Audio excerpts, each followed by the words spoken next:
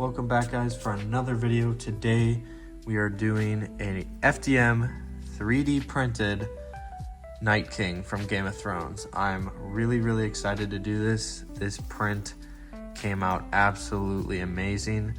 I printed this on the Bambu Lab P1S in PLA, and I just used the highest quality setting they had preset. I didn't mess with it in any ways, but I did have a lot of mistakes in printing this, and there's a couple things I'll correct in the future, such as my supports. My supports were so hard to remove from a lot of these areas. They were like glued on to the print, but if I can get this guy's head off, it came out flawless in a lot of areas. Even on the other side here, the dome, if you guys can see that, came out incredible. Just incredible detail from a very standard nozzle. I used the 0.4 millimeter nozzle. I didn't go down to anything lower, but I'm really excited to get into painting, and there's going to be minimal sanding on this.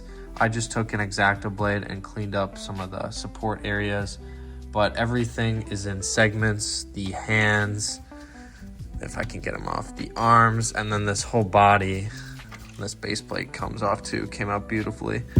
If I can get the body off, comes in 2 halves, and I'll leave the link for the file in the description, but it comes in these ready to make pieces. So let's get into it. So I've always wanted to try these statues in the past. I just never got into it, and I wasn't sure if my painting skills were up to task or if my printer was capable of printing a statue at this scale, and can I capture good quality? Is there going to be lines? Because you don't really want to sand these types of things. You're going to ruin the details, but you don't want to overfill the statue either, because then you're also covering up the details.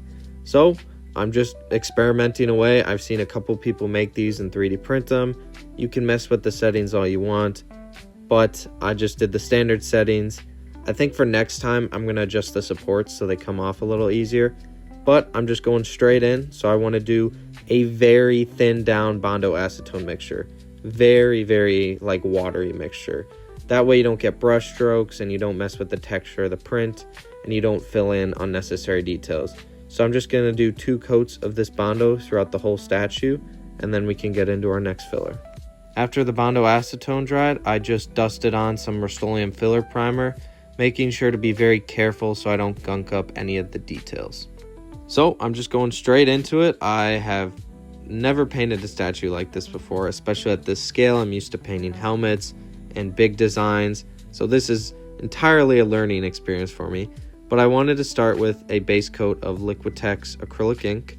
I used their carbon black, just a nice flat black base coat, and I would recommend acrylic ink if you're airbrushing. It is phenomenal for airbrushing. I have no issues with clogging or anything like that. You can pour it straight out of the bottle, no thinning required. I will say Liquitex acrylic ink is a little expensive. Those tiny bottles are around $8 to $9 a bottle. So you can use just normal acrylic paints, but you're gonna have to thin them down. And I've always had issues with that, so I just tend to buy the acrylic ink. For the Night King's very icy skin look, I started with a base coat of flat white. I just hand brush this on, make sure to water down your paints as to not get brush strokes, and then we can come over with our blue in the next step. To start getting that ice look, I use some cerulean blue, some acrylic ink from Liquitex, and I just put it in my airbrush. This paint is slightly transparent, which is what we want. We want that white to kind of show through and to kind of have those shading in the crevices. And so we're just misting this over, not going too heavy.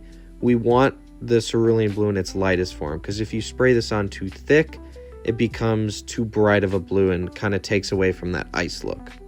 Now the Ice King has some shadows around his eyes and kind of around his head. I just wanted to add some depth and some texture to the head, and to get that I just took some of that same ice blue we just used and watered it down with some carbon black to get this bluish shadow tint to it, and it worked out really good. And then after I added all the shading to the ice parts, I went on to dry brushing. I just took a little bit of some flat white and I dry brushed it over the entire head, all the hands. This added that last bit of snowy ice texture, just gave him a lot of depth, and it looked so good. It looked like a really good ice texture, and this is my first time dry brushing on something like this, and it worked perfect. I will recommend get a good dry brush, a brush meant for dry brushing. It makes it a heck of a lot easier and really shows in the final product. Now, from what I can tell from the references, his armor and clothing kind of has like a blackish gray tint. It's very slight gray, but it's definitely a gray. I don't know how well this is going to show up on camera, but I took a very light gray and I kind of just misted it over the whole armor. I want to give it more of a gray tint rather than it being just solid black. And the colors are really hard to pick out. The only reference I have are from the show, and then Sideshow made a big statue. But even then, it's hard to pick out the colors. He's got quite a bit. So we'll get into that after we paint the rest of this armor that grayish tint. Moving on to the Night King's weapon, I want to do that same kind of ice texture, but a little bit brighter. We don't want to make it identical to his skin. We want a little bit of color variation. So we're going to start with that base coat of white, and then we're going to move into misting over that cerulean blue. Once we did an initial layer misting over that blue, I'm going to focus on just a couple areas of the scythe and just really bring out that blue. And then once we've gotten that blue on, we can go into our dry brushing. I want to get that same frost texture, so I'm just going to take a little bit of flat white and dry brush over the whole scythe. Kind of get the high points and just highlight the edges to kind of bring out that ice color. I wanted to then start building up the weathering in the armor. So I took some Vallejo cork brown, watered down with a little bit of that carbon black, and just misted it over. I want to start really building up these layers and layers of weathering, these different colors, and this cork brown fit that nice dirt texture. So I threw it over the whole armor, just using it in my airbrush so I could very lightly mist it over some of the areas. After airbrushing, I go straight into dry brushing. I took a little bit darker version of that cork brown, and I just dry brushed it in random spots, rubbed it in with my finger if I thought there might be too much, and I just went through the whole armor, getting those high spots, the corners, kind of areas where dirt might build up, and it really started to come together, those built up layers of texture. And trust me, we got a couple more colors to do before we really break in this armor.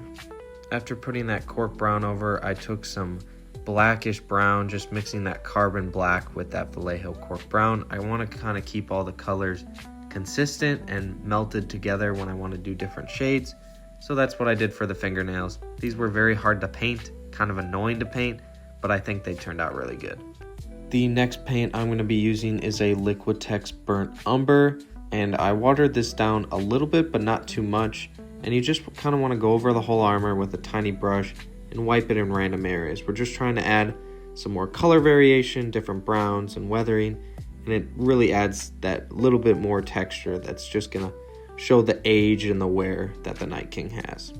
So on the Night King, there's two brass pieces. I just used some Vallejo brass on his back belt buckle and then on his front crest. This just helps break up the colors and the weathering to give it some variation. So he has a very snowy texture over the rest of his armor to kind of blend in with those browns that we added for that weathering. And this does make up the majority of weathering on his armor.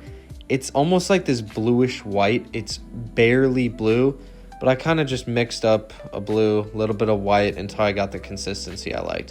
It's very light. You just kind of want to dry brush this over the entirety of the armor plates and kind of catch all the edges or spots where it'll build up. I was super random with this, and it was really nice to start seeing all our weathering come together. Next up in the weathering process, we're going to do just some pure white snow effects. We're just going to dry brush this over the edges of the cape or drapes or dress, whatever you want to call this, and we're just going to snow effect. That's all we're doing. We're just highlighting the edges and some random areas on the cape to kind of show that buildup of snow that he's been walking around. It's freezing in some areas, just to show that weathering that he's been around a while. For his scythe or his staff, we want a very wood texture, so I'm going to use some Vallejo cork brown, and then I'm just going to take a dark brown and dry brush it over that staff, and that's going to give us that nice wood texture that we need. Before moving on to the base plate, I assembled the rest of the Night King, leaving his head off because we still have to work on the eyes. And then for the base plate, I started with a dark brown and just moved my way up in light browns to build up a dirt texture, a little bit of a rocky texture. And this was all dry brushed on, and then you can't have the Night King without some snow. So I dry brushed some pure white on for some snow effects. So I unfortunately didn't record myself painting the eyes as I was really worried about messing them up. I've never painted eyes before and they're incredibly tiny. But I just used a deep purplish blue and then put a lighter blue for the iris and then just centered both black dots to make sure he's looking in the same direction. And then this project is all ready to be shown off. If you made it this far in the video, thanks so much for watching. It's my first time making a miniature statue like this, and I hope you guys enjoy it as much as I do. I'll definitely be doing more of these in the future, so stay tuned, and I'll see you in the next one.